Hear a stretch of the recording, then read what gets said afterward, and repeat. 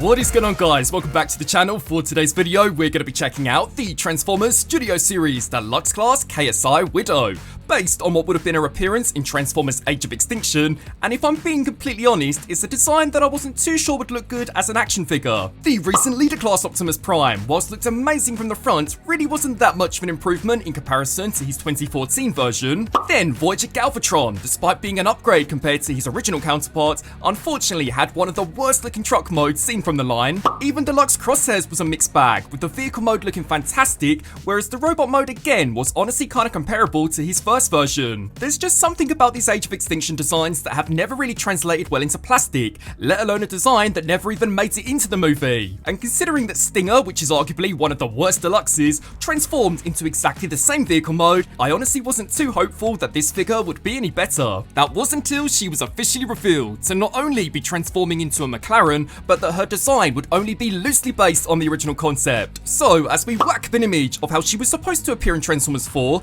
despite only taking some inspiration, visually I think she looks great, especially in terms of detail. The head sculpt is exactly what I would expect from a Michael Bay Transformer, appearing to almost take some inspiration from the Pretender in Revenge of the Fallen. Proportionally, I'm also surprised to say that she looks pretty decent. The robot mode overall is incredibly clean, with details such as the serrated spikes looking sick, and as we spin around to the back, despite again being drastically different in comparison to the original design, I think they did a great job in cleaning her up. The legs in particular are super impressive from a design standpoint, as these appear to be almost identical in design to the Vehicons from the Transformers Prime line, meaning that a good portion of the vehicle mode is compact into something which honestly looks surprisingly thin from the side. With most female Transformers, due to how slender their designs usually are, the robot mode always tends to suffer, but more recently it really appears like the design team are finally managing to compress and integrate the vehicle even better into the design, making her easily one of the cleanest looking figures based on Age of Extinction, which again is surprising as she never even made it into the film.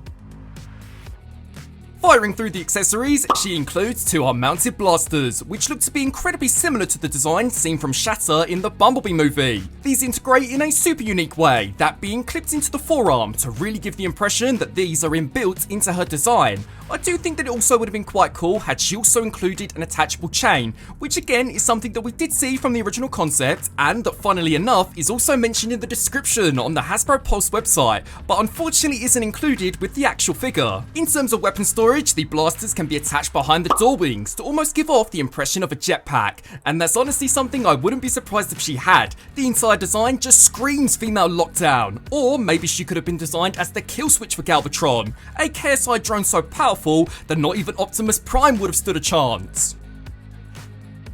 Manipulating molecular structure by diving into the articulation, unfortunately this is where the figure does kind of begin to lose it for me. Despite looking super sleek, she has the possibility of something released around the time of the Age of Extinction movie. So to begin with, the head is on a ball joint. This can look up, down and rotate side to side. The shoulders can kick forward, backwards and completely out to the side. The biceps can spin, with the elbows being able to bend to 90. Unfortunately, she is lacking wrist and waist articulation. The hips though can kick forward, backwards and completely out to the side. The thighs can spin, then finally the knees can bend. So an incredibly limited figure, which unfortunately is kind of a shame, as from an engineering standpoint they did a great job in making her appear so clean. It's also not great that for a brand new mold, the ball jointed legs are unable to support their own weight. Honestly, I think that for $25, quality control is the bare minimum that we should be expecting. But to see what bites this Widow is packing, let's now put her through the pose test.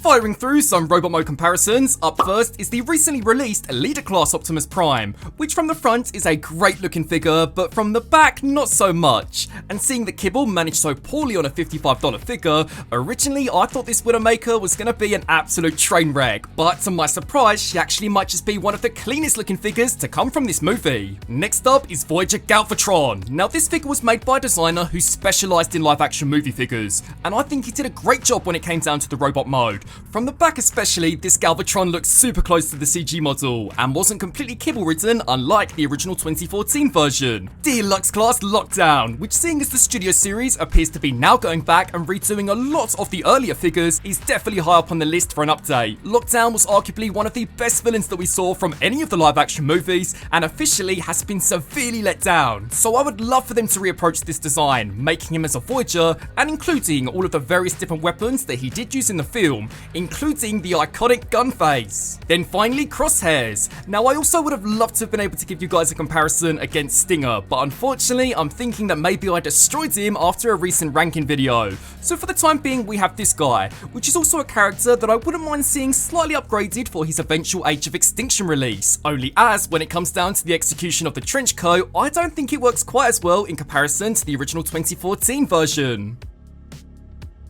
Intercepting KSI transmissions and taking over her ability to transform, surprisingly, despite the incredibly sleek and compact design, the engineering is actually really straightforward. So for the first step, take these panels and slide them out. With the same applying for the second side, you'll now take the kneecaps and slide these forward, and do exactly the same for the front part of the foot.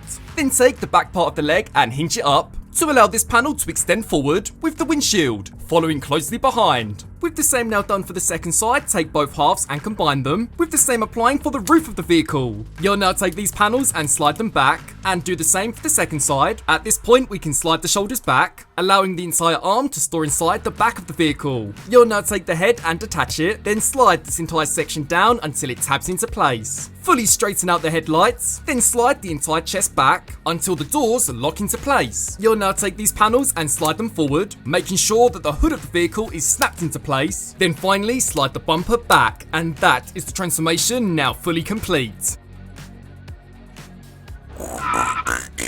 Here is KSI Widow now fully transformed into an officially licensed vehicle mode, and despite never making an appearance in the movie, I really like how the design team have taken the orange McLaren that can be seen cruising alongside Galvatron and fictionally made that Widowmaker. So as we whack up an image of the actual MP412C, she is looking fantastic and may just be one of the nicest looking vehicles from Age of Extinction. Front, side to back, this vehicle is a super faithful recreation of what was very briefly seen on screen, and one thing in particular that I really like from a design standpoint is how each and every transparent component is a clear plastic insert, meaning that unlike some of the earlier Studio Series figures, the plastic is solid. Even the weapon integration is really well done, as the blasters are able to be seamlessly stored inside the vehicle. Then finally, each and every wheel is also fully pinned into place, giving her the ability to truly live up to her name by ramming her opponents into their demise. Racing through some vehicle mode size comparisons, up first is the Studio Series Optimus Prime, which is an amazing looking truck. Despite some of the robot designs definitely being questionable, I think this movie easily had some of the nicest looking vehicles to be seen from a live action film. It's just a shame that unfortunately the same cannot be said for Voyager Galvatron, which is packing a ton of junk in that trunk. Deluxe Class Lockdown, which originally I always thought had a fantastic looking vehicle mode, although compared against the McLaren, again, I definitely think they can make this look even better. Then finally Crosshairs, which despite some of the issues in his robot mode, without doubt has a flawless looking Corvette mode. So, wrapping up on this review for the Transformers Studio Series Deluxe Class KSI Widow. Despite the figure only being loosely based on the original concept, I think she's surprisingly pretty decent. The Widowmaker design is one of those characters that I think can only be tackled properly by a company such as Unique Toys. The original look is super complicated, and I imagine had they stuck with that, then for the Deluxe Class price point, the figure would have been severely compromised. Instead, this is still a pretty neat middle ground. She is arguably one of the cleanest looking female Transformers to exist, and transforms into a vehicle that actually appeared on screen. The licensed McLaren looks sick, and I really like that instead of retreading what Stinger did previously, she transforms into something entirely different. The only thing really letting this figure down would be again the articulation. In comparison to most modern deluxes, she is lacking, and it's a shame because otherwise the figure looks fantastic. In terms of a recommendation though, to be completely honest, despite being a massive fan of the Michael Bay Transformers, I think this one would be better to pick up on sale. In comparison comparison to the countless other deluxes releasing between Studio Series and Age of the Primes, I wouldn't say that right now she's a high priority, nor a figure that I can see flying off shelves anytime soon, but I would love to get your thoughts. Be sure to sound off below and let me know. As always, I thank you all so much for watching, and until my next video, I'll see you then. Transform and roll out!